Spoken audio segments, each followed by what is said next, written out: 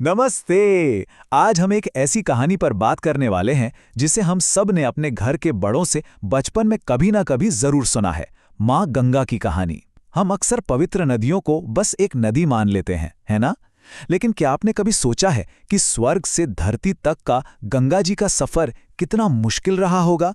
इसमें देवताओं का आशीर्वाद भी था, संतों का गुस्सा भी, और एक राजा का ऐसा पक्का इरादा भी जिसने नामुमकिन को भी मुमकिन कर दिया। तो चलिए आज इस पूरी कहानी को बहुत ही आसान भाषा में समझते हैं। तो चलिए सीधा कहानी पर आते हैं। 60,000 ये नंबर सुनकर आप सोच रहे होंगे कि इसका क्या मतलब है। दरअसल पुराने समय में इक्ष्वाकु वंश के एक बहुत ही ताकतवर राजा थे जिनका नाम था सगर। भगवान शिव के वरदान से उनके 60,000 बेटे हुए। एक बार राजा सगर ने अपना रुतबा दिखाने के लिए अश्वमेध यज्ञ किया और एक घोड़ा खुला छोड़ दिया। लेकिन यह कहानी में एक नया मोड़ आता है। देवराज इंद्र ने उस घोड़े को चुरा लिया और उसे ले जाकर कपिल मुनि के आश्रम के ठीक पीछे बांध दिया। और कपिल मुनि वो अपनी गहरी तपस्या में लीन थे, उन्हें इस बात की भनक तक नहीं थी। अब जरा सोचिए, राजा सगर के वो 60,000 बेटे अपने घोड़े को ढूंढते ढूंढते जब कपिल मुनि के आश्रम पहुंचे तो उन्होंने क्या देखा? उनका घोड़ा वहां बंधा था। घमंड में चूर होकर उन्होंने एक बहुत बड़ी गलती कर दी। बिना सोचे समझे उन्होंने मुनि का भारी अपमान कर दिया। उन्हें लगा कि घोड़ा मुनि ने ही चुराया है। और इसका नतीजा, जैसे ही कपिल मुनि ने गुस्से में अपनी आंखें खोली, वो 60,000 के 60,000 बेटे उसी पल जलकर राख हो गए। सच कहते हैं ना कि इंसान का घमंड उसे कहीं का नहीं छोड़ता। पल भर में सब कुछ भस्म हो गया। अब सबसे बड़ा सवाल यह था कि उन 60,000 बेटों की आत्माओं का क्या होगा? उन्हें शांति कैसे मिलेगी? जब राजा सगर के पोते अंशुमन ने जाकर कपिल मुनि से माफी मांगी तो मुनि ने उन्हें मुक्ति का बस एक ही रास्ता बताया, और वो रास्ता था गंगा जल। कपिल मुनि ने साफ कह दिया कि जब तक स्वर्ग में बहने वाली पवित्र गंगा नदी का पानी इन राख के ढेरों को नहीं छुएगा तब तक इन्हें मोक्ष नहीं मिल सकता। मतलब मुनि ने माफ तो कर दिया और घोड़ा भी लौटा दिया, लेकिन अब असली चुनौती थी गंगा जी को स्वर्ग से धरती पर लाना। अब इस बात पर जो सबसे दिलचस्प पहलू सामने आता है वो ये है कि ये काम कोई एक दो दिन का नहीं था।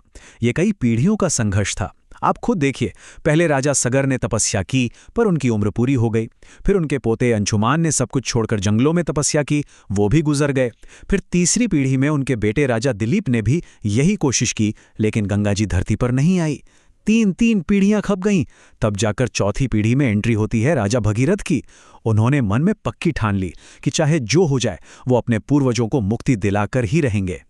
भगीरथ का ये रास्ता बिल्कुल भी आसान नहीं था। उनकी तपस्या एक तरह से अलग अलग मुश्किल पड़ावों से गुजरी। सबसे पहले उन्होंने भगवान विष्णु की घोर तपस्या की। विष्णु जी खुश तो हुए, लेकिन उन्होंने कहा कि गंगा जी तो ब्रह्मा जी के पास हैं। तो फिर भगीरथ ने ब्रह्मा जी को खुश करने के लिए तपस्या की। ब्रह्मा जी ने भी कह दिया कि ठीक है, ले जाओ। लेकिन यहां एक और बड़ी मुसीबत आ गई। गंगा जी का बहाव इतना ज्यादा तेज था कि अगर वो सीधे स्वर्ग से धरती पर गिरती तो पूरी धरती बह जाती, प्रलय आ जाती। इसीलिए आखिर में भगीरथ को भगवान शिव की तपस्या करनी पड़ी ताकि शिव जी उस भयानक वेग को अपनी जटाओं में रोक सकें। लेकिन यहां कहानी में एक बड़ा ही भावुक मोड़ आता है। जब सारे देवता तैयार हो गए तो मां गंगा के मन में एक उलझन थी। स्वर्ग छोड़ते समय उन्होंने भगवान विष्णु से बड़ी मासूमियत से पूछा कि प्रभु, मैं स्वर्ग छोड़कर धरती पर तो जा रही हूं, लेकिन वहां मैं आपके चरण कैसे धो पाऊंगी? क्योंकि गंगा जी विष्णु जी के चरणों से बहुत प्यार करती थीं। तब विष्णु जी ने मुस्कुराकर उन्हें एक बहुत ही प्यारा वचन दिया। उन्होंने कहा कि त्रेता युग में मैं खुद राम अवतार लेकर धरती पर आऊंगा और तब तुम मेरे चरण धो लेना। ये बात सुनकर गंगा जी को काफी तसल्ली मिली। पर गंगा जी की एक और बहुत बड़ी चिंता थी।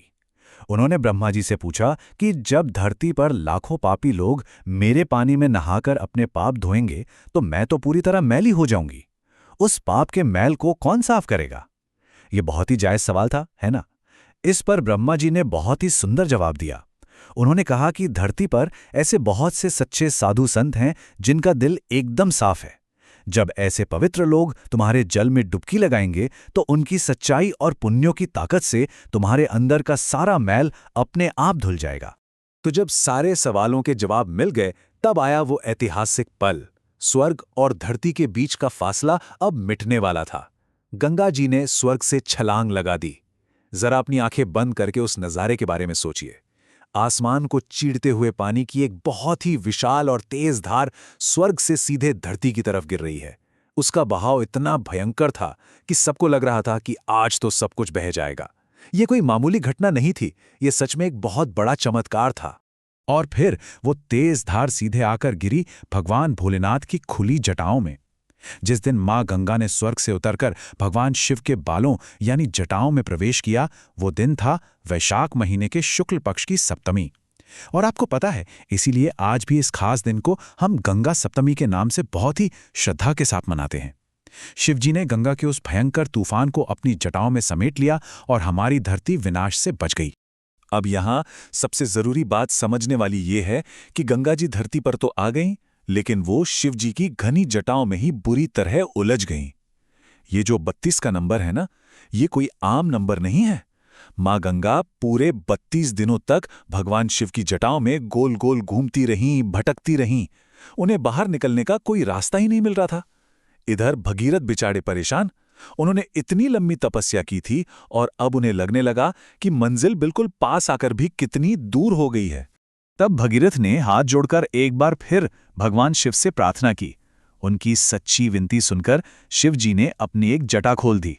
और जिस दिन मां गंगा शिव जी की जटाओं से आजाद होकर पहली बार धरती पर उतरीं, वो ज्येष्ठ महीने की दशमी का दिन था। बस इसी महान दिन की याद में आज भी हमारे देश में गंगा दशहरा का बड़ा त्योहार मनाया जाता है। पूरे 32 दिन के लंबे इंतजार के बाद आखिरकार उस पवित्र पानी ने हमारी धरती की मिट्टी को छुआ था। लेकिन जरा रुकिए, भगीरथ की परीक्षा अभी खत्म नहीं हुई थी। हुआ ये कि भगीरथ आगे आगे रास्ता दिखाते हुए चल रहे थे और मां गंगा उनके पीछे पीछे बह रही थी। तभी रास्ते में जनू नाम के एक ऋषि का आश्रम आ गया। गंगा जी का बहाव इतना तेज था कि जनू ऋषि की पूरी कुटिया ही बह गई। इससे ऋषि को इतना भयानक गुस्सा आया कि उन्होंने अपने तपोबल से पूरी की पूरी गंगा नदी का पानी एक ही घूंट में पी लिया। अब आप सोचिए, भगीरथ पीछे मुड़कर देखते हैं तो पूरी नदी ही एकदम गायब। अब भगीरथ ने जब ये देखा तो वो तुरंत जानू ऋषि के पैरों में गिर पड़े। उन्होंने हाथ जोड़कर बहुत माफी मांगी और फिर से अपनी पूरी कहानी सुनाई। भगीरथ की इतनी सच्ची लगन देखकर जानू ऋषि का गुस्सा शांत हो गया और उनका दिल पिघल गया। उन्होंने मां गंगा को अपनी जांग से बाहर निकलने का रास्ता दिया। अब क्योंकि गंगा जी जानू ऋषि के शरीर से दोबारा पैदा हुई थीं, इसलिए ऋषि ने उन्हें अपनी बेटी मान लिया। और इसी वजह से मां गंगा का एक और बहुत ही प्यारा नाम पड़ गया, जाह्नवी, जिसका मतलब होता है जनू ऋषि की बेटी। और ये पूरी घटना हमें बहुत ही शानदार तरीके से बताती है कि अगर आपकी लगन सच्ची है तो कोई भी रुकावट आपको रोक नहीं सकती। जनू ऋषि का गुस्सा, देवताओं की शर्तें, सब कुछ पार करते हुए अंत में मां गंगा कपिल मुनि के आश्रम तक पहुंची गईं और जैसे ही उस पवित्र जल ने उन राख के ढेरों को छुआ, चमत्कार हो गया। राजा सगर के उन 60,000 बेटों की आत्माओं को हमेशा हमेशा के लिए मोक्ष मिल गया। भगीरथ ने अपने पूर्वजों का कर्ज भी चुकाया और साथ ही पूरी दुनिया को मां गंगा के रूप में एक बहुत बड़ा वरदान भी दे दिया। अब आज की इस चर्चा को खत्म करने से पहले मैं चाहता हूं कि आप एक सवाल पर जरूर सोचें। भगीरथ का संकल्प, ये कोई एक इंसान की जिद नहीं थी, ये पीढ़ियों के एक सपने को सच करने की सच्ची लगन थी। जहां 3 पीढ़ियां हार के चली गईं, वहां भगीरथ ने नामुमकिन को मुमकिन कर दिखाया। क्या भगीरथ का यह संकल्प आज भी गंगा जी की उस धारा में नहीं दिखता जो सदियों से बिना रुके बस बहती जा रही है?